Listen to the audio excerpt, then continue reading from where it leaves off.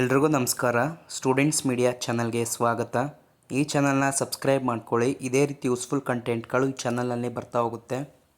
ನೋಡಿ, ಯಾರ್ಯಾರು ಈ ವರ್ಷ 2024-25ನೇ ಒಂದು ಅಕಾಡೆಮಿಕ್ ಇಯರಲ್ಲಿ ಸೆಕೆಂಡ್ PUC ಎಕ್ಸಾಮ್ಸ್ನ ಬರೀತಾ ಇದ್ದೀರಾ, ನಿಮ್ಮೆಲ್ರಿಗೂ ಒಂದು ಇಂಪಾರ್ಟೆಂಟ್ ಸರ್ಕ್ಯುಲರ್ ಬಂದಿದೆ Karnataka school examination and assessment board ವತಿಯಿಂದ. ನೋಡಿ ಏನಿದೆ ಓದ್ತೀನಿ. The government has reduced the time duration for writing the examination for PU2 students.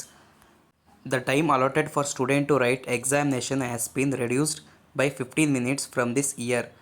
The new rule will be effective from the 2024-25 academic year. ಅಂದರೆ ಈ ವರ್ಷ ಯಾರ್ಯಾರು PU ಬರೀತಾ ಇದ್ದೀರಾ, ನಿಮಗೆ ಟೈಮು ಅರ್ಧ ಗಂಟೆ ಕಮ್ಮಿ ಆಗ್ತಾ ಇದೆ. ಯೂಶ್ವಲಿ 3-4 ಗಂಟೆ ಟೈಮ್ ಇಷ್ಟು ವರ್ಷ ಎಕ್ಸಾಮ್ಗಳು ನಡೀತಾ ಇತ್ತು. ಈಗಿಂದ 2 ಗಂಟೆ 45 ನಿಮಿಷ ಅಷ್ಟೇ ನಿಮ್ಮ ಎಕ್ಸಾಮಿನೇಷನ್ ಇರುತ್ತೆ. ಪ್ಲಸ್ 15 ಮಿನಿಟ್ಸು ಕ್ವಶನ್ ಪೇಪರ್ ಓದ್ಕೊಳ್ಳೋಕ್ಕಿರುತ್ತೆ. ಟೋಟಲಿ 3 ಅವರ್ಸ್ ನಿಮಗೆ ಎಕ್ಸಾಮ್ ಇರುತ್ತೆ. ನೋಡಿ, ಮೇಜರಾಗಿ ಏನು ಚೇಂಜ್ ಆಗಿದೆ ಅಂತಂದರೆ 15 ಮಿನಿಟ್ಸು ನಿಮಗೆ ಕಡಿಮೆ ಆಗ್ತಾ ಇದೆ. ನೋಡಿ, ಇಷ್ಟು ವರ್ಷ ಎಲ್ಲ ಎಕ್ಸಾಮಿನೇಷನ್ನು ನಿಮಗೆ 100 ಮಾರ್ಕ್ಸ್ಗೆ ನಡೀತಾ ಇತ್ತು.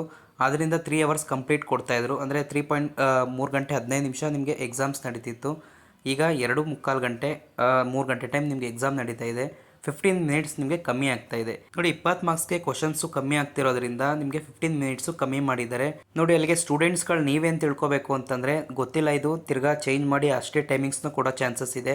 ಬಟ್ ನೀವು ಈಗಿರೋ ಸರ್ಕ್ಯುಲರ್ ಪ್ರಕಾರ ನೀವು ಬರೆಯೋ ಸ್ಪೀಡನ್ನ ನೀವು ಬೇಗ ಇಂಪ್ರೂವ್ ಮಾಡ್ಕೋಬೇಕು, ಎಸ್ಪೆಷಲಿ ಲ್ಯಾಂಗ್ವೇಜಸ್ಸಲ್ಲಿ.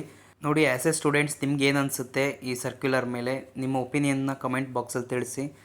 ಇದೇ ರೀತಿ ಯೂಸ್ಫುಲ್ ಕಂಟೆಂಟ್ಗಳು ಈ ಚಾನಲ್ನಲ್ಲಿ ಬರ್ತಾ ಇರುತ್ತೆ. ಸಬ್ಸ್ಕ್ರೈಬ್ ಮಾಡ್ಕೊಳ್ಳಿ. ಧನ್ಯವಾದಗಳು ವಿಡಿಯೋ ನೋಡಿದ್ದಕ್ಕಾಗಿ.